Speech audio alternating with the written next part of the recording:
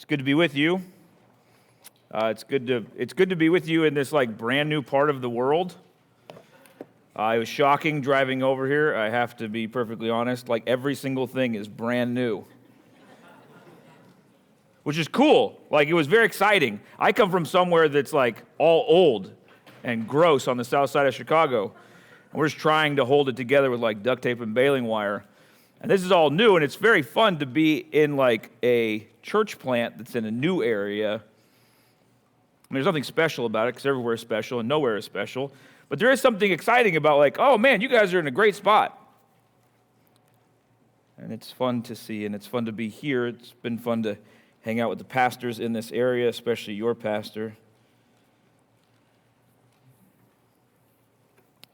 I was reading this morning a manual on how preachers should preach, written by a Roman Catholic in the 17th century, because I am a nerd. And one of the reasons that I did that, or I mention that now, is because of something that was said very early on as he started, which was that every sermon, no matter who gives it, should leave the listeners desirous to hear more sermons. So my prayer is that this sermon would not only serve you, but actually instill in you a greater love to continue to hear the word, especially if you're a visitor here. This isn't going to happen again, probably, at least for a long time, like me up here. So hopefully this gives you an interest in hearing Jeff. And if you've been here the whole time the church has been around, which is 7 hours, then hopefully you want to keep coming back and go, oh, I want to hear this. Especially as we're from a very different part of the Bible. I got the rundown on what you guys have gone through recently as far as the books you've been through, and I was like, what is the furthest thing from that I could pick? And I know that there is a group of very brave women in this church who are going through this weird book in the Old Testament, the book of Ecclesiastes. You can find it in your bulletins on page 8. That's going to be the text that we're going to go through. It is a strange one, but hopefully a very encouraging one. As part of my work, I get to go all over the world and train pastors, and it's one of the great joys of my life. And one of my favorite countries is Mexico. Mexico is the birthplace of all kinds of amazing cuisine. Dishes that I ate there decades ago are still burned into my memory, even though I don't remember anything that happened around that dish. Modern Mexican food culture is known for its almost preposterous combinations of flavors. Perhaps the greatest, most insane example of this is the torta cubana. Now, don't think about what they serve in Miami. Now, I'm not talking about that Miami Cuban sandwich, which is also an amazing sandwich. No, in Mexico, the torta cubana is the true kitchen sink of sandwiches. A sandwich of great excellence. A sandwich that includes, and I am not kidding, ham, breaded chicken, hot dog, eggs, beans, cheese, avocado, and salsa. Those are just the main ingredients. You might be like, that is disgusting. You would be right.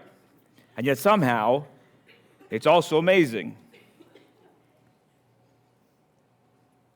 The torta cubana, I think, is very similar to the way that many people's philosophy on life goes, maybe even yours. Just give me a little bit of everything. And just give me a little bit more of it. Now, you might be wondering, why is it that we're talking about sandwiches and philosophy on Sunday morning? It's a good question. We're talking about sandwiches because they're delicious. We're talking about philosophy because, we're in Ecclesiastes, maybe my favorite book of the Bible. Quick intro, since I know that you all aren't walking through this book. There's only a few ladies in this church that have any understanding of what this book is about. I would encourage you this afternoon to read through the book. It's a fun ride. can be summed up like this. You can kind of sum up the whole book of Ecclesiastes like this. Life is, most used word in this book, vanity. And that doesn't mean useless. It means mysterious or enigmatic. It's here for a second and then gone. You know how it just slips through your fingers? It's bitter and sweet. It's great and also kind of miserable. I mean, essentially, the main character, who calls himself the preacher, has gone out of his way to show his readers that truly everything in life is enigmatic. It essentially swings between two poles. Everything in life. Pole number one, life is incredibly hard and challenging and doesn't make much sense, and it's hard to understand anything. It's miserable. Pole number two, life is pretty awesome. I mean, shoot, there's like sea animals and stuff, and you get to learn Latin and like eat sandwiches. And it's great, and you should embrace every day for what it is.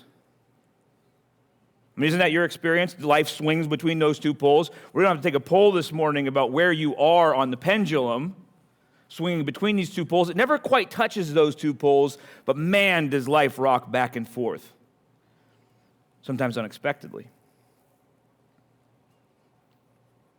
I wonder where you're at this morning. Ecclesiastes is a great book because it doesn't have any easy answers for life. It's a book that forces us to wake up and pay attention to the world that we live in and the God who rules over everything. I return to the Torta Cubana and its corresponding philosophy. More is more. Give me a little bit of everything. Is that the way we should live life? If so, why? If not, why not? I mean, let's be serious. Does it even matter how we live? Or can we just kind of do whatever we want and in the end it'll all pan out? These are the questions that have plagued religious and non-religious people since the beginning of time. Now maybe you're asking those questions this morning, whether you're a Christian or not. Let me suggest that you should be asking those questions. What should we be doing in life, and does it even matter? Our text this morning gives us a rather surprising, if uncomfortable, answer to this question. Just how is it that we're supposed to live our lives? I mean, listen to what this has to say. I'll read it for us. Ecclesiastes 7, beginning in verse 14, reading through verse 29. In the day of prosperity be joyful, and the day of adversity consider God has made the one as well as the other, so that man may not find out anything that will be after him. In my vain life I have seen everything. There is a righteous man who perishes in his righteousness, and there is a wicked man who prolongs his life in his evil doing. Be not overly righteous, and do not make yourself too wise. Why should you destroy yourself? Be not overly wicked, neither be a fool. Why should you die before the time? It is good that you should take hold of this, and from that withhold not your hand. For the one who fears God shall come out from both of them. Wisdom gives strength to the wise man more than 10 rulers who are in a city. Surely there is not a righteous man on earth who does good and never sins. Do not take to heart all the things that people say, lest you hear your servant cursing you. Your heart knows that many times you yourself have cursed others. All this I have tested by wisdom. I said, I will be wise, but it was far from me. That which has been is far off and deep, very deep. Who can find it out? I turned my heart to know and to search out, to seek wisdom and the schemes of things, and to know the wickedness of folly and the foolishness that is madness. And I find something more bitter than death. The woman whose heart is snares and nets, and whose hands are fetters. He who pleases God escapes her, but the sinner is taken by her. Behold, this is what I found, says the preacher, while adding one thing to another to find the scheme of things, which my soul has sought out repeatedly, but I have not found. One man among 1,000 I found, but a woman among all these I have not found. See, this alone I found, that God made man upright, but they have sought out many schemes. I want to title the sermon this morning, How to live in a world you'll never fully understand, which, let me concede, is not the most encouraging title to a sermon ever. How to live in a world that you'll never fully understand. It's frustrating, right? Like not understanding everything. It usually exhibits itself in two different ways. You're young and you want to figure it all out, and you're pretty much sure that if you just try hard enough, you can. Or if you're older, I didn't say older, then you're like, I'm coming to the end of this road, and I thought I was going to figure it out, and I now just know that I know less than I thought I knew when I was like the young person sitting next to me who thinks they're going to figure it out. It's tough to live in a world you'll never fully understand. Here, this text gives us two uncomfortable ways to live in this kind of world. First, find a middle ground. Second, know that wisdom can only take you so far. Sounds pretty practical, right? Find a middle ground and know that wisdom can only take you so far. I want to be clear, this takes a significant level of trust. Trust that the preacher knows what he's talking about and that this is the right way to live. It isn't easy because if he's right, then we'll never fully understand the world. We can begin to live well, though, if we seek a middle ground. That's really what he takes up in verses 14 through 22 of this passage. The verses, by the way, are just those little numbers if you're new to the Bible. Find a middle ground, and here's where we're going to spend the bulk of our time. Now, if you were reading this passage or listening along and you were kind of confused, then you are in good company. I've wrestled with this text for years. I remember the very first time I came to preach this passage. I was pacing around my room just frustrated. And in a moment of frustration, I reached for a commentary from a guy who'd spent 40 years studying this book, and here's what I read. This is one of those passages that sets preachers to pacing in their studies. Wringing their hands. This is one of the more difficult and perhaps one of the more notorious passages in Ecclesiastes. So we're in good company. This is a tough passage. What makes it so difficult? Well, one of the things is you read it and you go, hold on a second. The preacher can't actually mean that, can he? Let me suggest that whatever he's saying, he does mean, that he is right in what he is saying, and that is good news, even if it's uncomfortable. I mean, it begins just fine, right? Verse 14, so far so good. In the day of prosperity be joyful, in the day of adversity consider, God has made the one as well as the other. It gets a little complicated there at the end, so that man may not find out anything that will be after him. In other words, in all situations, remember that God is over everything, which is good news. And the more challenging bit, and he's arranged the world so that you can't figure out what he's doing.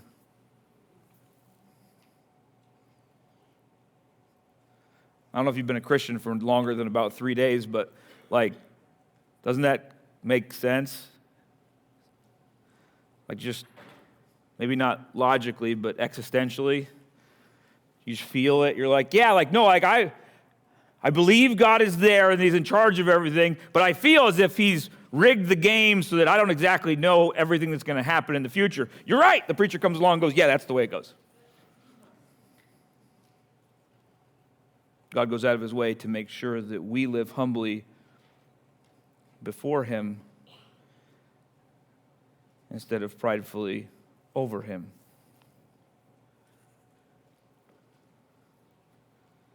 This is very important to get a hold on, considering what's coming in the passage. Our smallness in relation to God in 14 is followed by this uncomfortable observation in 15, which is simply this: life occasionally turns out in ways that we don't expect it to. Take Robert Murray McShane, Scottish pastor, author, poet in the 1800s. He developed a Bible reading plan that, like, let's just have a show of hands. If you're following the McShane plan, doesn't make you a good person or whatever, but just I'm curious. If you're following the McShane reading plan, raise your hand. Anybody? Okay, great. Now, he's not special. But 1800s, a pastor and poet writes a reading plan that people today around the world go through. A very godly man, a very useful man, dies at 29. On the other hand, for some reason, Joseph Stalin, one of, like, I don't care what your tradition is, your background or your views of the world or God or anything, but like Joseph Stalin, top 10, not great guy. 75 years. To not just promote an ideology, but push a whole people to kill millions. Why? 29, 75. It's a travesty. It's an injustice, especially for Bible people. I mean, we've got passages, we could cite them all day. I'll just quote one. Deuteronomy chapter 5, verse 33. You shall walk in all the ways that the Lord your God has commanded you, that you may live, and it may go well with you, and that you may live long in the land that you shall possess. I mean, come on, right? Follow God, it'll turn out well for you. It's kind of the gist of the whole Bible. And in general, that's true, but this is why I love Ecclesiastes, and not only Ecclesiastes, but Ecclesiastes, because it comes along and goes, yeah, normally. That's not always the way it works. Just in case we might be tempted to think that righteous living always leads to a long life, the preacher comes along and says, no, sometimes the good die young, and the wicked live on forever. This is for sure kind of troubling, but what comes on the backside of it is even more troubling. God's in control of everything. He's big, you're small, you can't figure everything out. And here's the thing, life doesn't always turn out the way we expect it to. So there's 14 and 15, so 16 to 18, here's the application. Don't be overly righteous or overly wicked. And I know that at this point, some of you are like, I'm not sure we should be reading this in church. Right? I mean, like, this sounds crazy. Well, at least half of it sounds crazy. The reason why is because according to the preacher, both too righteous, too wicked lead to destruction and death. Now, that might make sense when it comes to wickedness, but righteousness, which is simply, by the way, living according to God's way in the world, that's all righteousness means. Like, pursuing that path too much could lead to destruction and death? What is he talking about? Well, let me propose that he's right. Let me explain why. I mean, let's take them one in turn. Don't be too wicked. This one's easy, right? This is the softball. It seems like a clear and self-evident proposition. What makes it hard is that so many wicked people seem to be getting away with it. Not only getting away with it, but prospering as a result of it. Why is it that people follow wicked people and become like them? Well, I mean, because it seems to go well for them. It's one reason. Maybe you're here this morning convinced that you will get away with the wickedness you are currently participating in. You know, you said you're going like, I know what I'm doing is not the right thing, but I am killing it in life. So why should I listen to any of this? Well, I would refer you back to verse 14. God makes the days of our prosperity as well as our adversity. Such a God is infinitely powerful as well as just. Which is, by the way, the kind of God that we all want, right? Infinitely powerful and just. Like, even if you're not a Christian and you just kind of wandered in here today, if there were a God, wouldn't you want him to actually be able to do something and do the right thing? It's the kind of God we all want. And the Bible says that's exactly the kind of God that exists. He will judge righteously at the end of time, giving everyone their due. So friend, listen, if you are participating in wickedness, it might be going well for you right now. But I warn you to flee from it, for it will lead to your destruction. You might be doing fine today, but tomorrow is coming. You might be thinking, okay, great. I'm convinced it is not good to be too wicked. Settled. I get that. Now, preacher, deal with the other one. What do you mean it's not good to be too righteous? How can an overabundance of righteousness, living the way God desires people to live, be a bad thing? That is a fantastic question. Lots of ways we could answer it. I'll refer you to Jesus talking to the Pharisees in the New Testament.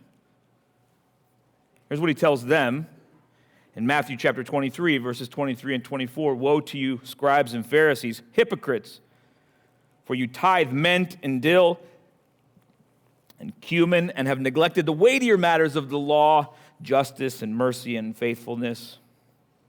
These you ought to have done without neglecting the others, you blind guides, straining out a gnat and swallowing a camel.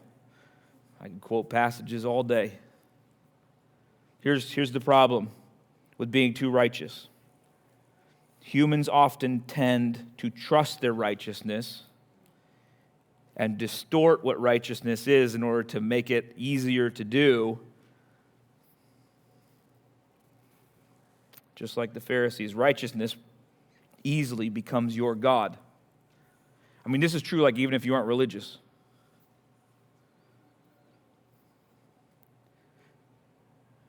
I mean, just think about exercise or philanthropy or recycling. All good things, right? But when it's like, that is what makes me a good person, better than you, it's easy to trust in those things because they're good things, but they end up destroying us. So don't be too good. Don't be too bad. Such a lifestyle will destroy you, pursuing these things as ends in and of themselves. I mean, it's only confirmed in verses 19 through 22. And 19, he's like, okay, wisdom is great. 20, but everybody's messed up. 21 and 22, I mean, you're not any better than anybody else. Don't listen too close because you'll hear somebody curse you, but of course you've cursed other people. In other words, we're all the same. What are we to do?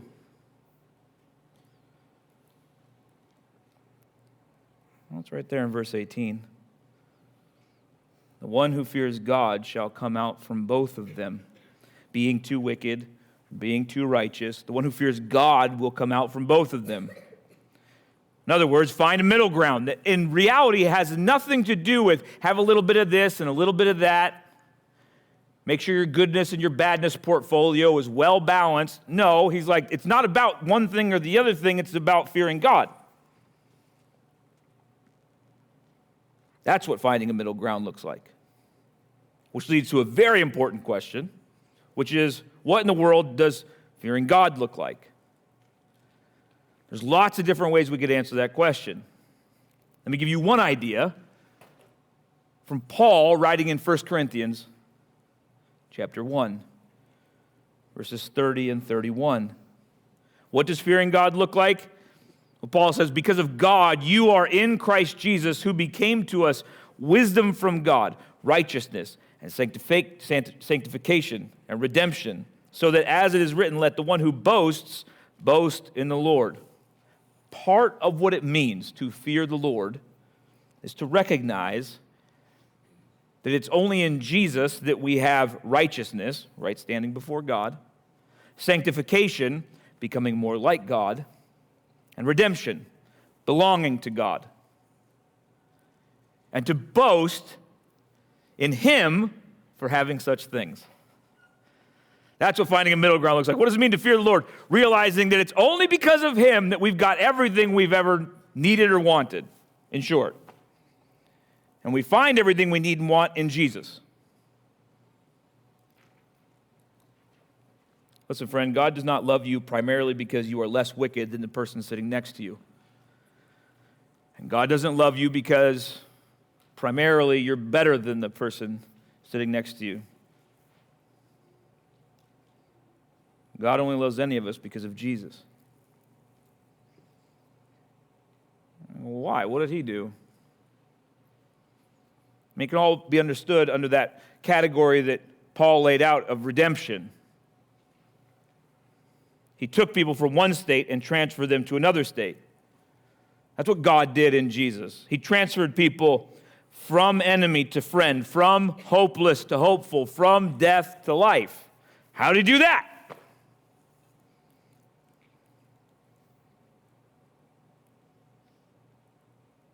Jesus did it by dying for us in order that we might live. And the crazy thing is that according to Paul, that's the wisdom of God. Now, if you don't believe that or whatever, and you're like, well, explain that to me logically, I can't.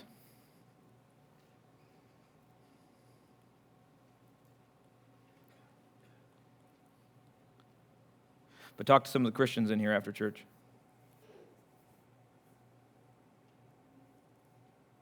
Ask them why they believe it. Don't you wish it was true, though? That finding a middle ground doesn't look like being too bad or too good, but actually receiving a good gift that God gives to his people.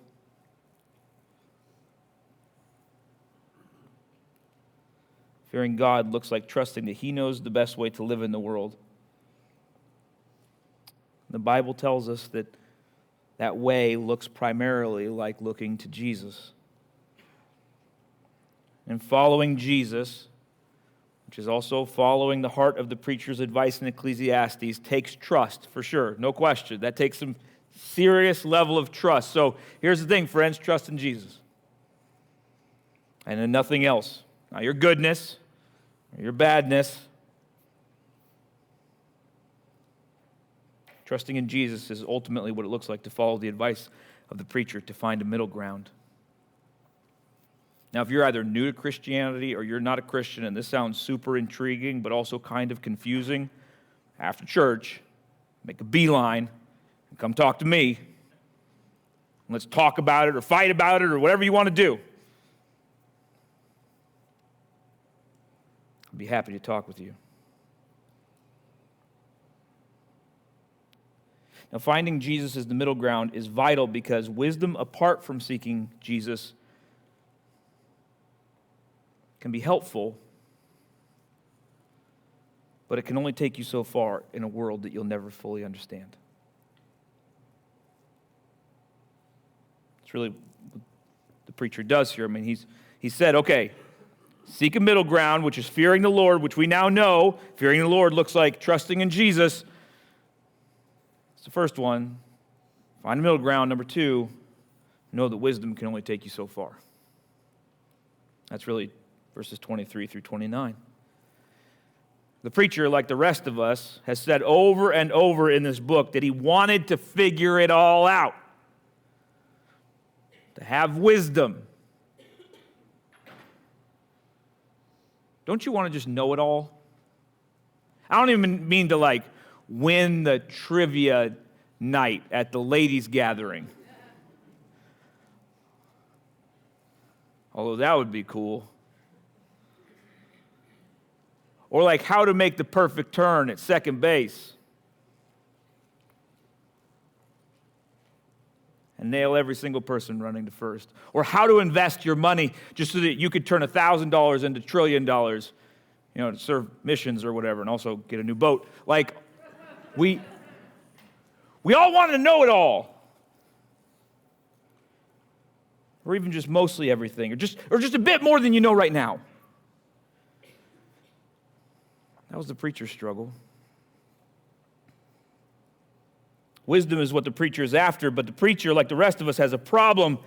As he expresses in verses 23 and 24, wisdom is not simply like just sitting on the ground. It is, as he explains it, far off and deep, very deep.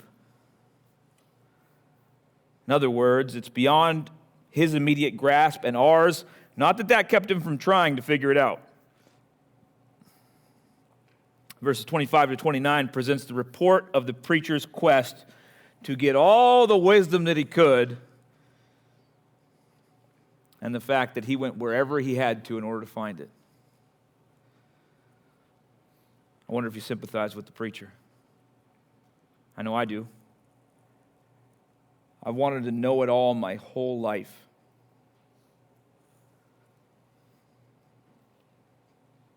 Unfortunately, I know I can, maybe you can, bear witness to the fact that the preacher's quest to know everything, regardless of the cost, will lead you down some rather unfortunate paths in life.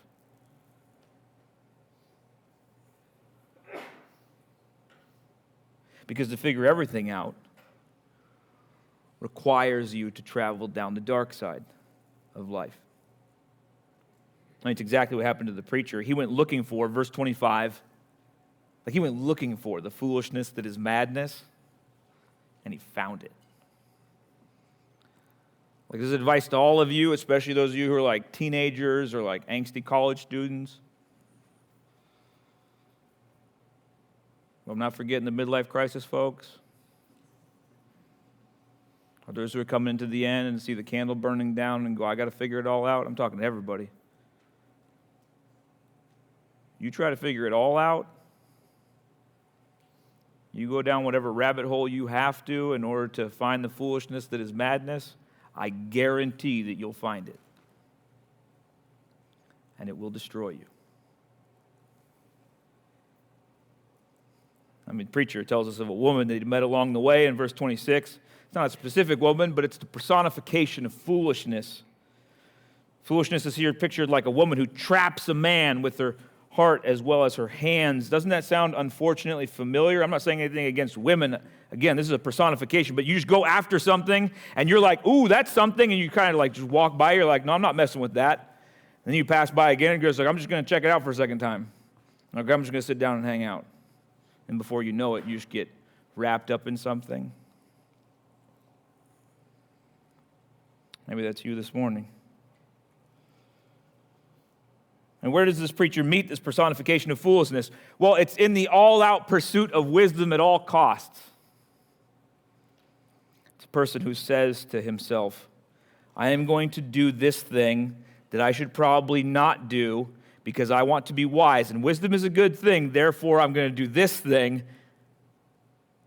try to figure it all out. Listen, friends, the preacher is not knocking wisdom. The preacher is knocking wisdom at all costs. Let me be perfectly clear. There are some things we should not figure out.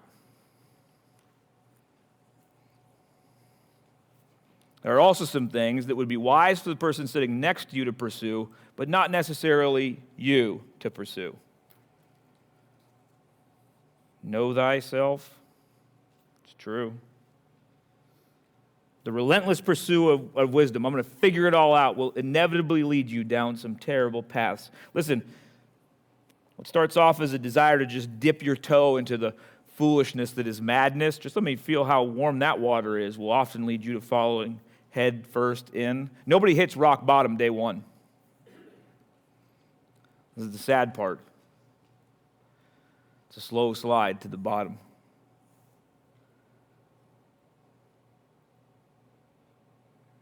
Sometimes we dive into the foolishness that is madness on purpose because we're fools.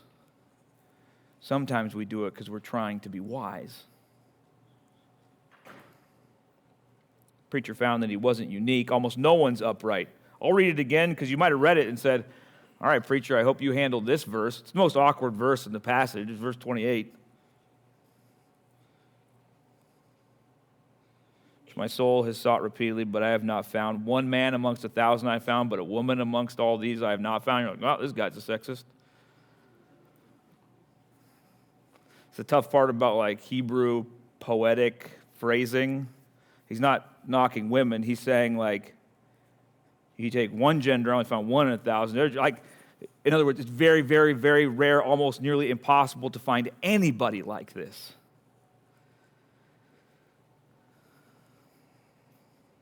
Preacher can't find righteous people, wise people. Here's the thing, friends. Like if you catch yourself this morning finding yourself either attracted to the foolishness that is madness or actually down the well of the foolishness that is madness, know this, all of us are walking by the foolishness that is madness and wondering, I wonder if I should hang out here for a second. This is why I say that, because if you feel like you're sliding down that path, the one thing that the enemy will tell you is that nobody else is there, that the leaders of this church will just boot you out so that you've got to keep lying to yourself and to everybody else around you. Don't do it. Take the preacher's advice. None of us is that bright. Now, I know that that's like a bittersweet truth, but it's the one thing we've got in common. We're not all that bright, and we're all attracted to this stuff. Some of us have just caught ourselves doing whatever to get smart and have fell down the rabbit hole. And if you're not there this morning, if you're like, well, I'm sure glad Sister So-and-so is here to hear this. Know this, it might be you tomorrow. Somebody else today, but you're tempted to do the same thing. Who's to blame for such a condition? Well, the temptation is to say it's God's fault. We all feel this temptation. It's nothing new. Ever since the beginning, Adam and Eve decide it's a good idea to become like God by disobeying God, and God shows up and goes, so what's the deal? And Adam has the most genius response in all the world. Well, I mean, technically, God, it's your fault because it's the woman that you gave me, so really, this one's on you. And we look at Adam and we're like, oh, that's foolishness, but friends, isn't that you and me?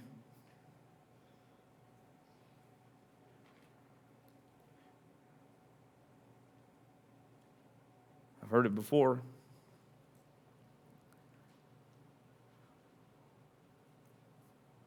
Get caught watching pornography.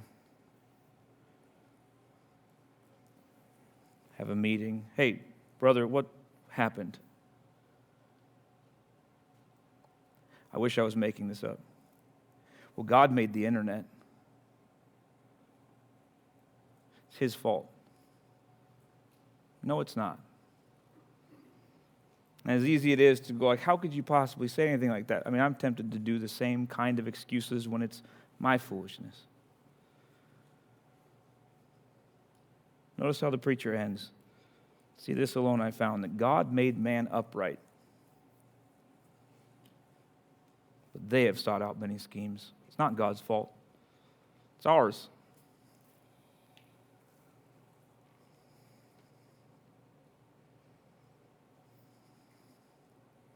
God creates us upright. Through sin, we have turned in on ourselves, corrupting ourselves and the world in which we live. In such a condition, we seek to find solace in something, anything but God, just like the preacher found himself tempted to do. We turn to wickedness or righteousness or wisdom, placing our trust in them, convinced that if we pursue them with our whole hearts, if we get a bit of everything, then maybe we'll be happy and complete. But friends, all these things will lead us to our own destruction if we seek them for their own sakes. Wisdom can only take us so far. And so can righteousness and wickedness. Our trust must be in Jesus alone, who is true righteousness and wisdom from God. Trust in Jesus, friends, and absolutely nothing else. Because trusting in Jesus is how we can live well in a world that we'll never fully understand. Let's pray.